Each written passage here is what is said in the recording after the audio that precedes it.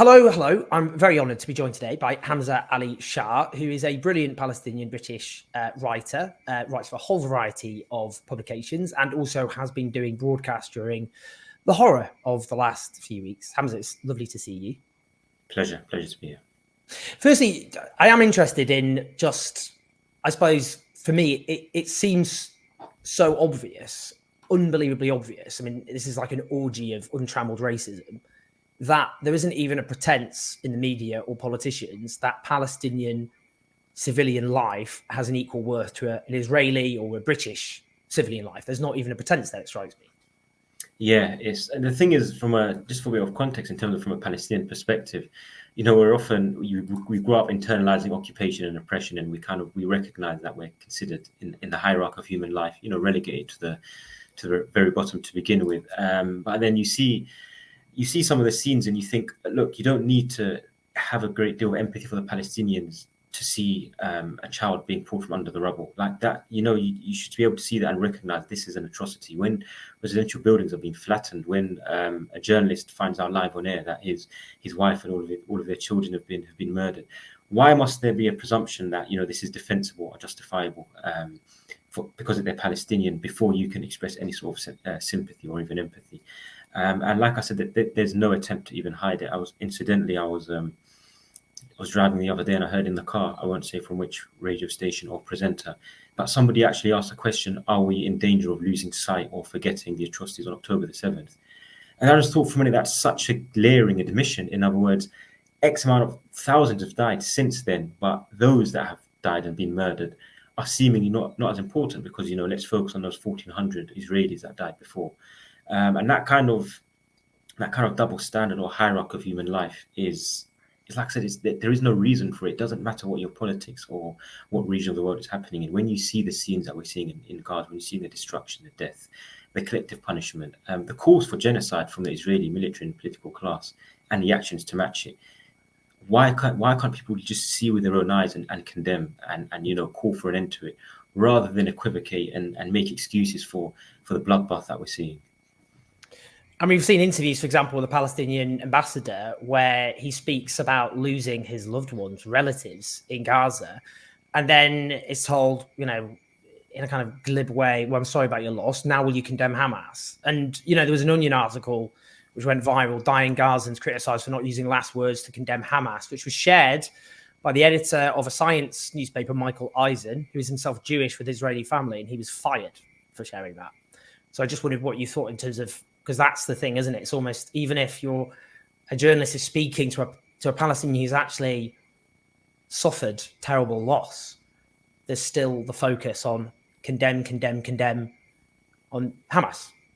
Yeah, and like I said, it's immediately there's not even an attempt to hide it anymore. I watched that clip live on news, and instantly I thought the swift shift away from the person's first, he's on television even after all of that's happened. I think it was six family members who were murdered, and it was just a switch of, but do you condemn the atrocities of Hamas? And the thing with that is it's never asked the opposite way. There's never, that Israeli ambassador to the UK has been on numerous channels, numerous platforms, and he's always allowed to speak so freely, and there's never a thing of, oh, do you condemn Israel's genocide, or do you condemn Israel's attempt at ethnic cleansing, or it might be the children that have been murdered, or the 700 or so in 24 hours just the other day.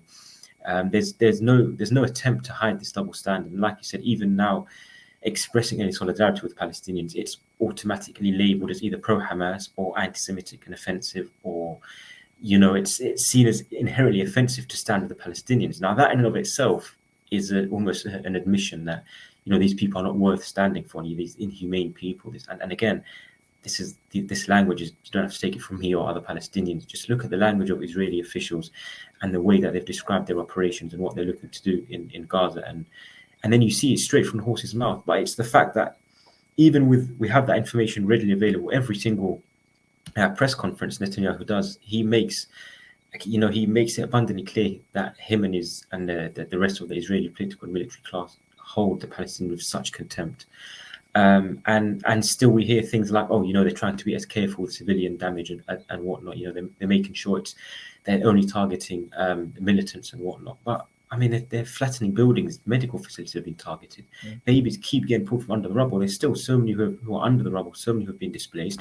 They keep sending warnings to move Palestinians from the north of Gaza to the south, and then they bomb the south as well. Like, this is indefensible, and yet we're being told exactly what the intentions are from the Israeli political and military class. We're being told we're going to reduce it to a city of tents. You know, it will be uninhabitable for, you know, human life. Humans won't be able to live there. These are human animals, as they say. And then we hear, like, the deputy PM today, I think on Sky News, saying, well, actually, you know, they're trying to be as careful as they can. No, they're not. They're not, and they're not hiding it. So why is the kind of the British political class and even the rest of the world giving them that support and that backing, so that when they see a building being flattened, people then automatically, instinctively think, but I was told by, you know, the deputy PM that Israel was being quite careful, so this must be militants. It must not be civilians. I mean, and on that, you know, we've had Israeli officials say city of tents, saying we're focusing on damage, not accuracy. One Labour figure who is a big cheerleader of what Israel is doing claimed that Israel isn't a breach of international law because they've got sign off from lawyers. And I quote, the one lawyer was quoted from Attorney General, the top military lawyer, saying, if you want to destroy Hamas, then you have to destroy Gaza, because everything in Gaza, almost every building there, is a stronghold for Hamas.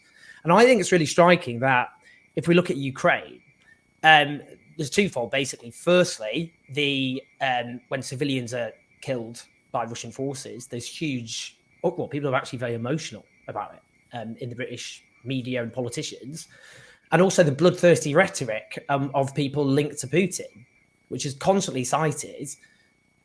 But that's just not, there's no emotional response. These people are kind of like, and they're looking for anyone, you know, you're if you don't stand against this, then you're complicit.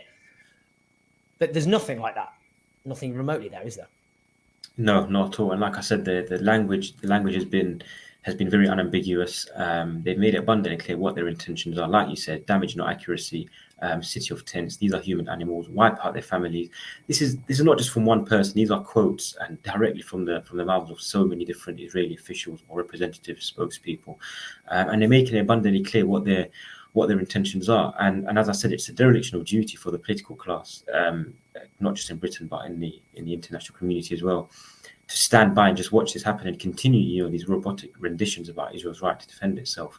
Who is it defending itself from? These narratives that they keep perpetuating. This new one now, for example, that the deaths must be, you know, we have to question the accuracy of the figures, because actually it's the Hamas-led ministry, the health ministry is releasing these figures. I saw a commentator this morning on British television say that, and I thought for a minute, why? Let's assume the death toll, which is currently more than 7,000, I think climbing up to 8,000. Let's assume that's inaccurate, and, you know, benefit of the doubt, you give credence to his argument, and let's assume it's close to 5,000. That's still a stubbornly high number of Palestinians who have been murdered. Why do we have to presume that those murders and those massacres are defensible, are justifiable, just because they're Palestinian? And on that, I mean, you know, it's clear people obviously understandably very upset and angry about the atrocities committed by Hamas on the 7th of October. And that their view is this was intolerable, therefore drastic action has to be taken. That a death toll, I mean, we know actually, whenever we think about Hamas, but their health ministry's previous death toll claims in previous incidents like this have actually proven to be accurate. And they released the list of all the names of people who've so far been killed. And it's actually an underestimate because of people trapped under rubble who haven't actually, their deaths haven't been confirmed. But again, that's the thing, isn't it? It's almost like we've already 7,000 people at least dead, many of them children, but that is tolerable. And that itself, doesn't it? That, you know, I wonder if that's the other thing that, you know, there are for example, 4 million Muslim people in this country. Obviously, there's a Palestinian community as well, but there's 4 million Muslims overall. And there's a message being sent by the political and media elite that if people abroad, civilians die and they are not white, then we just don't think their lives have an equal worth. And that's actually quite a big, loud message, I think, being broadcast to people of this country, let alone of Palestine. Yeah, I 100% agree with that. I think, I mean, if you just look at the facts, for example, the equivocation to call for a ceasefire, the endorsement from several Labour, let alone Conservatives, but obviously there was a consensus from both parties about the siege, that was the total siege that was imposed. You know, we had, it's well documented, the likes of David Lammy, Emily Thornberry, Keir Starmer as well, who's attempted to backtrack, but obviously we've all seen the clip. You know, the attempts to endorse this collective punishment, and even now refusing to call for a ceasefire, you know, the death toll, they continue to minimize it. What conclusions are we as Palestinians supposed to draw, other than the fact that our death, our murder, the massacre of our brothers and sisters is fair game?